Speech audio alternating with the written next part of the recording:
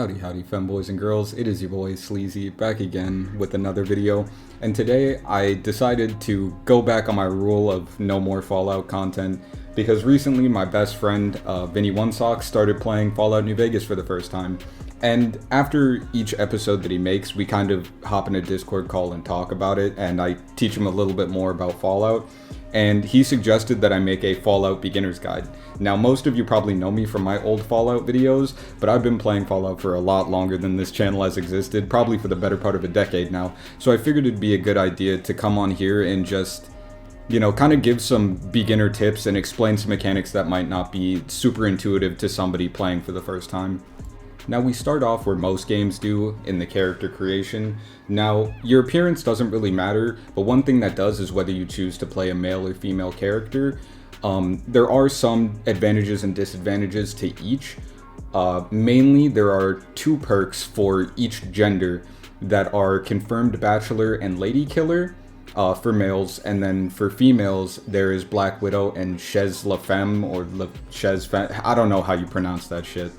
For me personally, I feel like I get the most mileage out of the Black Widow perk, just because the distribution of men to women, although it's more even than some other Fallout games, it is primarily men, with factions like the Powder Gangers and Caesar's Legion being exclusively men, and even the ones that are mixed, like Raiders or the NCR, still being pretty male-dominated.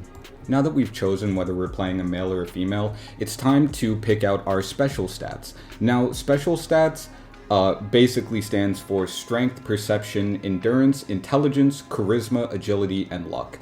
And each one of these special stats controls a sub-skill, or a group of sub-skills, I should say, and will determine how proficient you are in those areas, as well as giving some special-based, bonuses.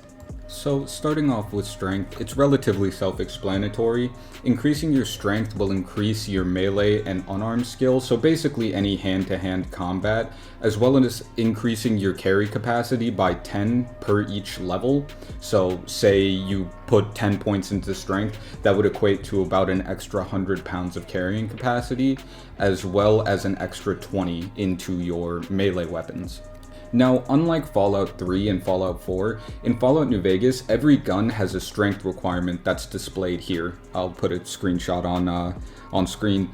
And if you don't meet that strength requirement, your gun will have increased sway and spread. So just all around less accuracy. It'll also be less likely to hit in VATS because, you can't keep your minigun under control. So keep that in mind when making your character, that just because you're not going for a melee build doesn't mean that you can just reduce your strength down to 1. Now, perception increases your explosive skill, your energy weapon skill, and your lockpicking skill. In the same way that strength increased your melee and unarmed damage, it goes up by 2 per every rank that you take. So at rank 10 perception, you get 20 to each of these skills. And just like strength had a secondary function of increasing your carry capacity, all of the other special stats do as well. And perception's secondary sort of ability, I guess you could say, is that you will detect enemies on the compass from further away. Well, not just enemies, but any NPC in general will show up on your compass from further and further away. And although the Vigor Tester machine says that it increases your VATS accuracy, this isn't actually true. Your perception skill doesn't affect your VATS accuracy or your normal accuracy in any way. Now, endurance affects your unarmed and your survival skill. Now, for those of you who don't know what the survival skill does, because it doesn't really show up in any other Fallout game except for this one, you can think of it in the same way that you can think of the cooking and chem stations in Fallout 4, where at certain locations like campfires, you're allowed to make certain herbal remedies and things like that, and some of the recipes are locked behind your survival skill. Your survival skill also determines how resistant you are to certain radiations and poisons.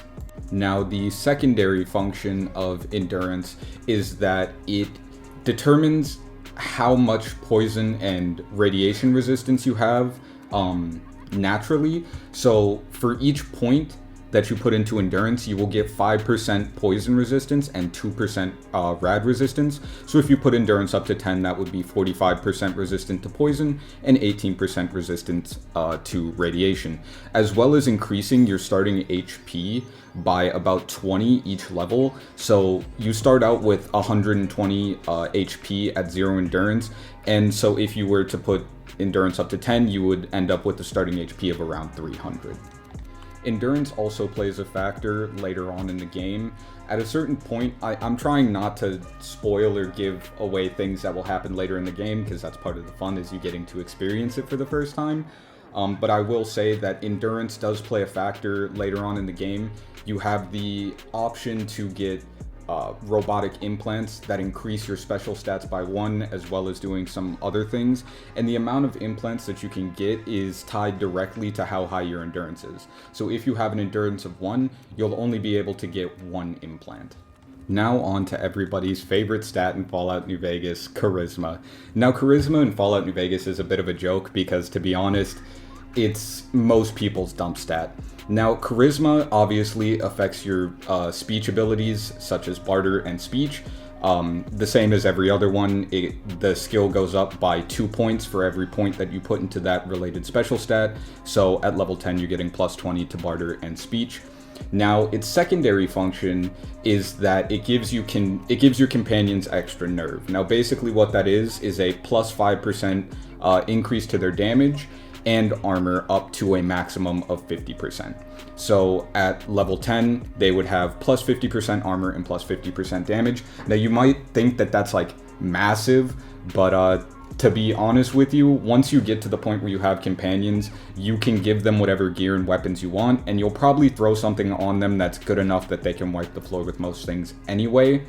As well as the fact that there's not a single charisma check in all of Fallout New Vegas. It's all based on either your barter or your speech, which personally I find weird because there's perception and intelligence checks, but no charisma checks.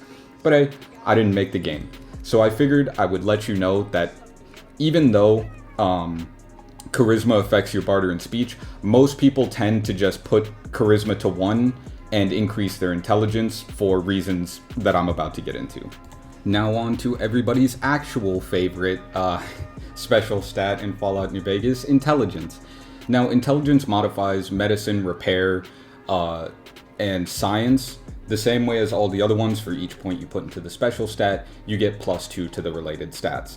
So, the thing that makes Intelligence so good is that its secondary function is that it modifies your skill rate. Now, what that means is basically how many skill points you get per level up. Now, the formula for this is 10 plus 0.5 times intelligence. So, for example, if you had an intelligence of 1, every level up you would get 10.5 skill points.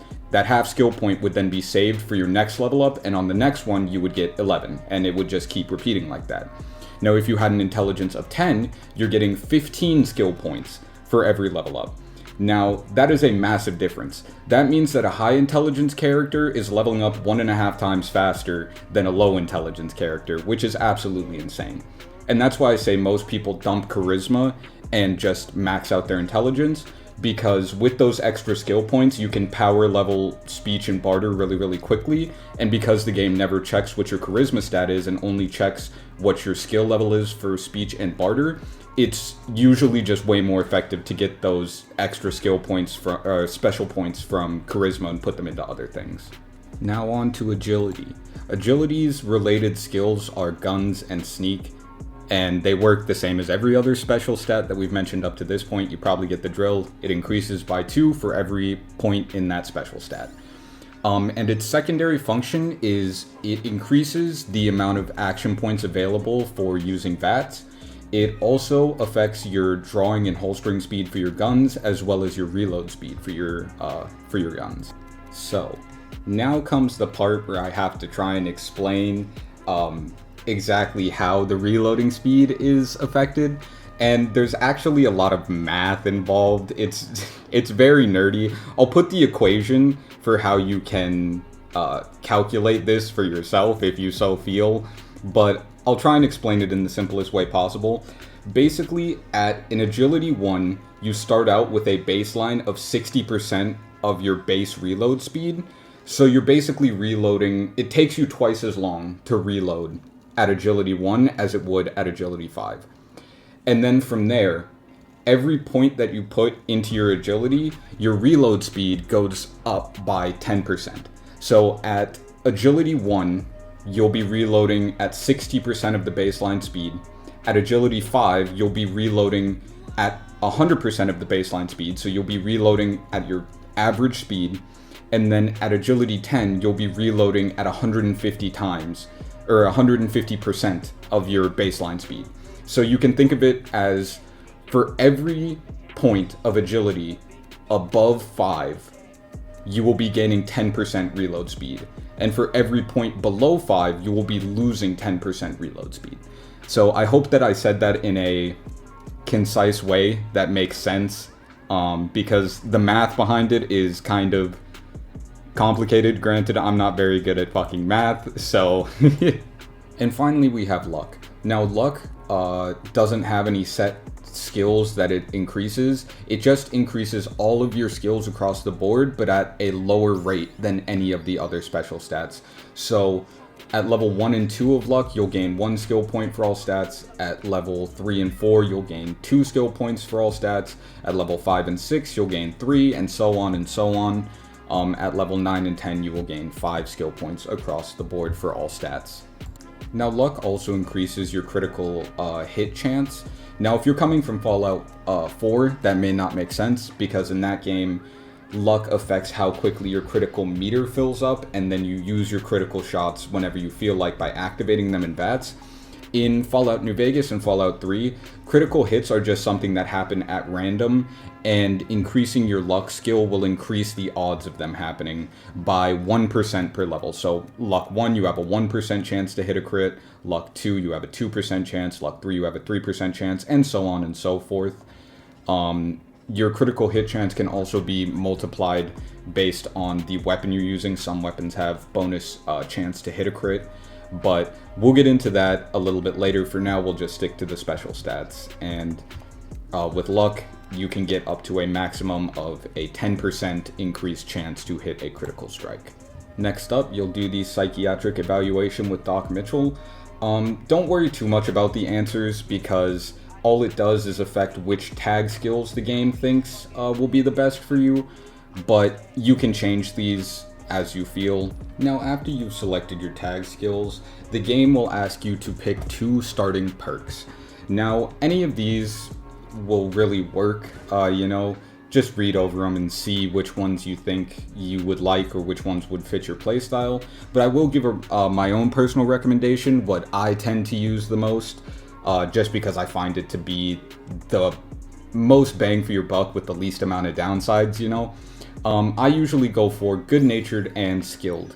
Now, what good-natured does is it gives you +5 to barter, medicine, repair, science, and speech, which are all pretty powerful skills, with the drawback of dropping your energy weapons, explosives, guns, melee weapons, and unarmed by 5. So a relatively fair trade-off, considering that usually on any given playthrough, you won't be using more than 1 weapon type. So if you're going for energy weapons, it doesn't really matter that your unarmed is dropped by 5. But when you pair this with skilled, that gives you a +5 to all stats across the board for only -10% experience gained. You end up getting +10 on barter, medicine, repair, science, and speech, +5 to lockpicking and survival, and not getting any of your stats reduced when it comes to energy weapons, explosives, guns, melee, and unarmed. All of that for, only a -10% experience gained is pretty good in my opinion. So you finally set up your character. Congrats. But what good is it to have a good character if you can't kill things, or if you can't live long enough to, complete your quests? So next I wanted to go into just a little bit of the basics around weapons and armor and how they function, because it's not exactly explicitly available, or, it's not really explained to you how all of these things are calculated or how they work. So I think I'll start with weapon condition, because that's one thing that my friend who just started playing the game didn't know until I told him. but every piece of armor, clothing, weapon, anything that you can equip has a condition meter. And that condition meter is displayed right here on screen. It's a slowly changing bar that will drop the more shots you fire or the more damage that your armor takes. And eventually, if that condition bar drops all the way down, it will break and you'll be unable to use that item until you get it repaired. On top of that, every condition bar has this small little dash mark. And what that dash mark indicates is the level at which the armor or the gun or whatever will operate at its maximum efficiency. So once it has dropped past that line, if it's a gun, it will start to jam more often, and you will have to do a little animation that will make you like clear the jam. And it will also start to do slightly less damage, eventually accumulating more and more until eventually it breaks. Now for armor, this means that the damage threshold will drop continuously until eventually it breaks. Now with armor, it's a little bit weird because even if your armor is broken, as long as you were wearing it when it breaks, you'll technically still be wearing it. And it will still be able to be used as long as you don't take it off. If it's on your body and you have it equipped and it breaks, it will still be on your body and be doing something. It'll have some damage threshold. But once you unequip it, you will not be able to put it back on until you get it repaired. Okay, editing sleazy here. I have to re-record this part about how repairing works because in my first take, I did a really bad job of explaining what I was trying to say. So basically, the way that repairing works in this game is you don't need a high repair skill to repair your equipment back to full condition. The only thing that your repair skill basically controls is how fast you can repair or how many items are needed to repair things. So for example, a 9mm pistol can only be repaired by other 9mm pistols, and whether you have 10 in your repair skill or 100 in your repair skill, either way you can get that 9mm pistol back up to full condition. It will just take you more repairs if you are at a lower repair level. Unlike in Fallout 3, where your repair level was basically the cap of how high of condition can you get this item back up to. So yeah, hopefully that's like a better explanation, or that makes sense to you guys. Now, in Fallout New Vegas, there are two types of armor ratings, basically. There is damage threshold and damage resistance. Now, these two things function differently. With damage threshold, it is a flat number, right? And as long as your damage threshold is higher than the damage being done to you, you will negate 80% of the incoming damage. So to give you an example of sort of how this system works, and again, this is kind of going to be a very like basic example, but for your first time playing, you really don't need to know the very specific math calculations going on behind the scenes.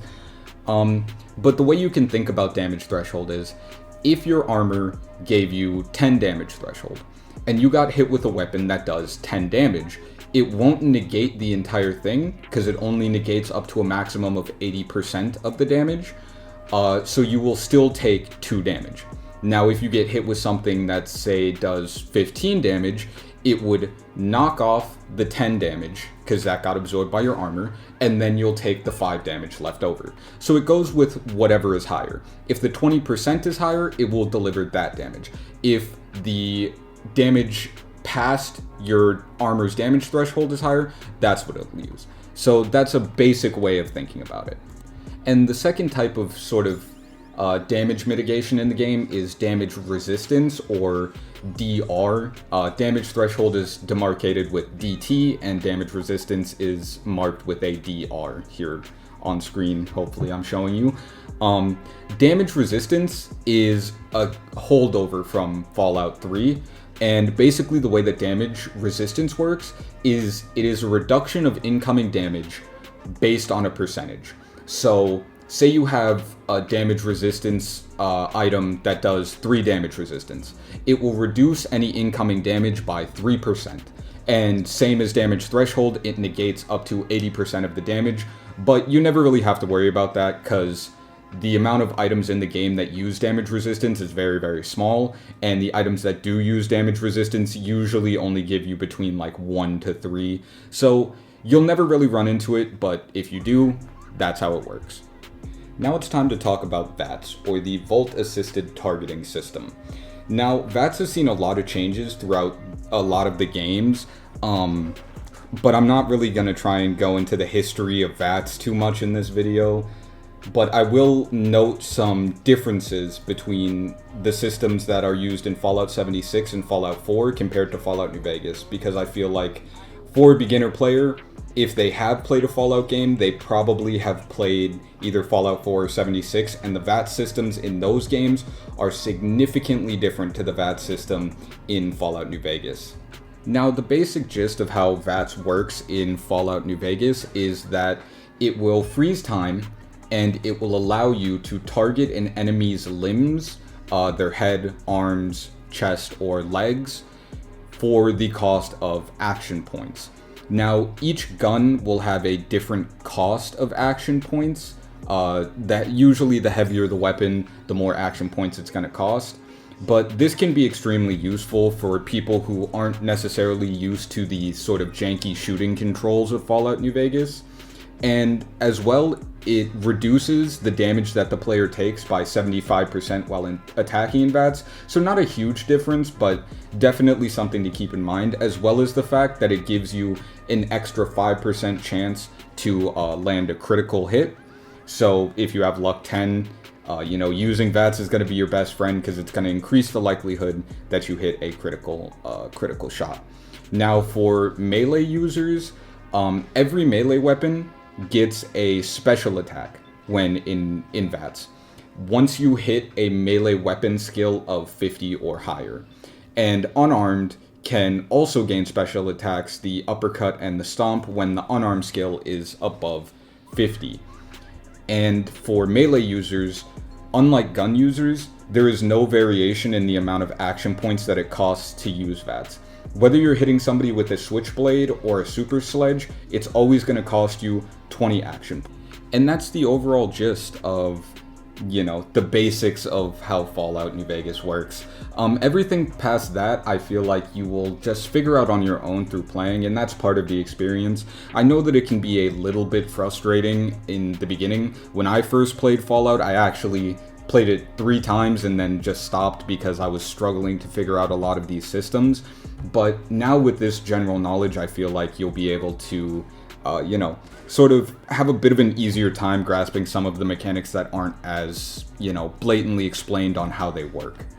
Now, this next section of the video, I was going to explain where to get some good beginner loot and some basic shortcuts on how to maneuver around the map a little bit faster, because I know one of the biggest complaints for people is, why is there no sprint key? It's just a walking simulator, because Fallout New Vegas was the first Strand type game, and a lot of the game is just walking. So I was going to show off some shortcuts on how to get to the actual New Vegas Strip a little bit faster, and also how to get some decent early game loot and like legendary weapons for different playstyles. And I'm going to put it in the video and show you guys those things, but I wanted to add this section here of me talking about it to make it abundantly clear that I am going to tell you the locations of a few legendary items and a few shortcuts in the map that you may not have learned on your first playthrough. So if you feel like that's something that will ruin your experience or something that you want to figure out on your own, then this is where the video ends, alright? Because everything past here, I'm going to be showing you locations of things in the actual game. So if you just wanted to know the basics of the mechanics and things like that, then I hope you enjoyed the video, and I'll see you in the next one. But for those who do want to know where to get this early game loot, and do want to know how to get these shortcuts to get to the main area of the game a little bit faster, and skip some of the intro side quest things, then this next section of the video is for you, okay? So don't get mad at me in the comments that I ruined the game or I spoiled it for you. This is your warning. If you don't want to know it, leave the video now. So, you've decided that you do want to see these things and learn where these legendaries are. So, okay. The first item that we're going to get is a legendary knife for melee builds. This knife is actually pretty good, especially if you're a high luck character, because it has a bonus critical hit chance and bonus critical damage. So if you're a melee build, especially a crit melee build, this is a very, very easy legendary to get and will carry you basically through the mid game. So all you're going to want to do is, in the first town, go into Chet's general store. You're going to want to buy yourself a shovel. That's all you need, is a shovel. Then you're going to come back out of Chet's general store and walk up the road until you hit this gas station. From there, you're going to want to walk north into these mountains. Be careful not to walk on the road because there are high level enemies here, mainly Cazadors, and they will kill you very, very quickly. But if you stay up on the rocks, you should be fine. If you follow my path, eventually you'll see this little grave site, and that's what the shovel is for. You're going to want to open up the grave, and in there will be Chance's knife, which is very, very effective. It swings very, very quickly, does a decent amount of damage, and like I said, has bonus critical chance and bonus critical damage. From there, you just want to fast travel back to Goodsprings, and you've got yourself a good starting melee weapon for your melee build. Now, next up is our legendary for guns. Now, I was kind of debating on which one to choose for this because there was mainly two options and there's not too many unique weapons that you get this like very early on in the game. But I figured this one was pretty good because most players will probably find this below level 10, and if you're a guns character, especially a sneak guns character, this is a must-have for every playthrough. So the first thing that you're going to want to do is you're going to want to just follow the story as normal until eventually you hit this town right here, which is Camp Searchlight. It will be infested with ghouls and radiation. You don't have to go into the town actually, you can just skip and go to the left. You're going to want to walk through this little bit of desert until you find the Brockflower Cave. You'll know you're at the right one because it'll have Brock flowers in front of it. Once you go inside, you're going to find some giant rats. Now, depending on your level, these can be a little bit difficult, especially if you don't have a solid weapon or some decent armor already. But inside, at the very top part of the cave, you will find the Rat Slayer, which is a fully upgraded varmint rifle with a night vision scope and a silencer. And this thing is crazy good at getting sneak criticals. And the damage output you can get with this thing if you're hitting people from stealth is insane. And again, it's one of those guns that if you use your ammo types correctly, you can carry this thing can carry you all the way into the mid game. Now next up, we have the Q35 Matter Modulator. This is a unique plasma rifle that has a faster firing rate and faster projectile speed, as well as doing slightly more damage, which those are the main downsides of plasma, is the slow fire rate and slow moving projectiles, but this does not have that problem.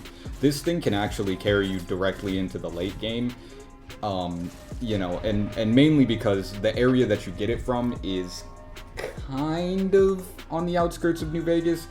You probably wouldn't get here in a normal playthrough until maybe past level 10, level 15-ish, but don't worry, I'll explain how you can get it in the early game in the next section, so just keep watching this part so you can see how to get it, and then I'll explain how you get it earlier than you're really supposed to.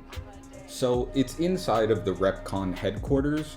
Now once you go inside, there's multiple ways that you can sort of handle the interactions in here, and in my opinion it's actually a pretty fun little dungeon, I guess you could call it, quote unquote. So I won't spoil exactly how you can get through it, but once you're in here, just explore and go through as normal, and at the very end, sitting in this little pod thing, you will find the Q35 Matter Modulator. I promise you, I'm not telling you how to go through the dungeon because, like I said, I find it pretty fun and I think it's pretty unique, and I don't want to steal that experience from you, but it's relatively straightforward, and if you just follow the dungeon as you would expect, you'll probably get to the end with no real difficulty. And now on to the part that I was talking about in the last section, where I teach you 2 ways to get to New Vegas at a level 2. One's a little bit more difficult than the other, I'm not gonna lie, and significantly more dangerous, so I'm gonna tell you the easy one first. Now the easy one, you just leave Goodsprings in this direction heading towards the Yangtze Memorial, and eventually you will run into the town of Sloan. You can either go this way or you can head out of Goodsprings as you normally would and take a left and follow the road all the way down. Either way, you'll end up at Sloan.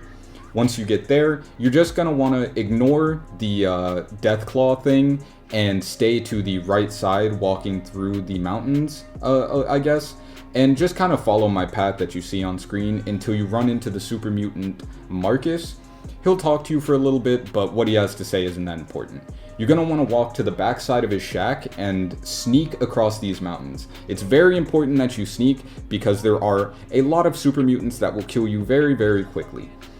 It also probably helps to have a stealth boy if you're not very good at sneaking. I would say that that's relatively mandatory, but you can get one either through doing the Ghost Town gunfight quest. There will always be one on Joe Cobb's body. Or if you lockpick the safe in the schoolhouse in Goodsprings, you can also get a stealth boy from there. So once you're here on these mountains, you're just going to want to sneak and kind of wait for the super mutant patrol to go by. Sometimes they'll be there, sometimes they won't. But either way, once there are no super mutants around, you're going to want to go to this little outcropping. You're going to want to sneak and disarm all of the bear traps and watch for the falling rocks. There are 2 stages of falling rocks. One at the beginning, which usually won't kill you, but you should get out of the way anyway.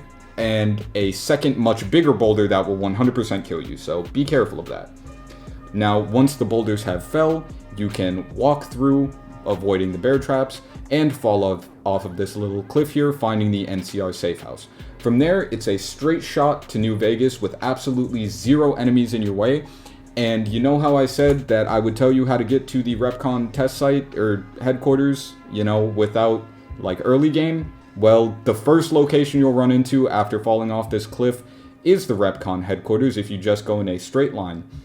Now, the second way is a lot more scuffed and a lot more risky, so I wouldn't suggest it, but I mean, you can try it if you feel like it. So once again, you're going to want to get a stealth boy either through Ghost Town gunfight, or if you side with the Powder Gangers, you can get it out of the safe in the schoolhouse. You're going to want to come to this back area, kind of in between the Goodspring Cemetery and the back of the saloon, and sort of just climb your way onto this rock. Make sure you've already activated the stealth boy. Now we're going to have to move quick, but slow, and do some Skyrim climbing. So you're going to want to kind of shimmy your way across these rocks. You don't want to be too high, because on the top of this platform is a bunch of Deathclaws. And you don't want to be too low, because at the bottom of this platform is a bunch of Cazadors. So you want to thread that perfect line and pray to God that you don't fall off of these rocks, because if you do, those Cazadors will kill you instantly. Now, once you've managed to do this, it probably took me a couple tries in the footage you're seeing right now, I'm guessing. But once you've done this, you want to head north and continue to sneak, because there's also a bunch of relatively high-level raiders in this destroyed town over here. So be careful of them too. And also be careful of the fire geckos that are blocking this passage over here. But if you can manage to get past all of that, you're just going to need to follow this road right here up north, and you'll run into a bunch of raiders. But if you can sneak past them as well, which is relatively easy because there's a lot of room to maneuver, but if you can sneak past all of that, you'll be right at the west entrance of, Vegas. So yeah, that's basically everything that I would tell to a beginner player and sort of explain to them, and kind of all of the basic knowledge. There's a lot more that I could go into in terms of weapon locations, armor locations, what each faction does, what they believe in, the differences between them, the reputation system on there's very specific ways that you can balance things so you can do the maximum amount of quests. But to be honest, for somebody who's first playing the game, I don't really want to overload them and bombard them with all of this information at once. And I feel like what I've laid out in this video is the very, very bare necessities of things that if I was playing the game for the first time, I would want to know, or, I wish that I knew. So yeah, I hope that you enjoyed this video. If you have any questions, please feel free to leave them in the comments. I've read every single comment that I've ever gotten on my channel, I'm more than willing to answer your questions if I know the answer to them. And also, if there's anything else that you want to know that I didn't talk about in this video, feel free to ask them, because I probably know the answer. I've been playing the game for the better part of 10 years now. But yeah, that's all I really had to say, and I'll see you later.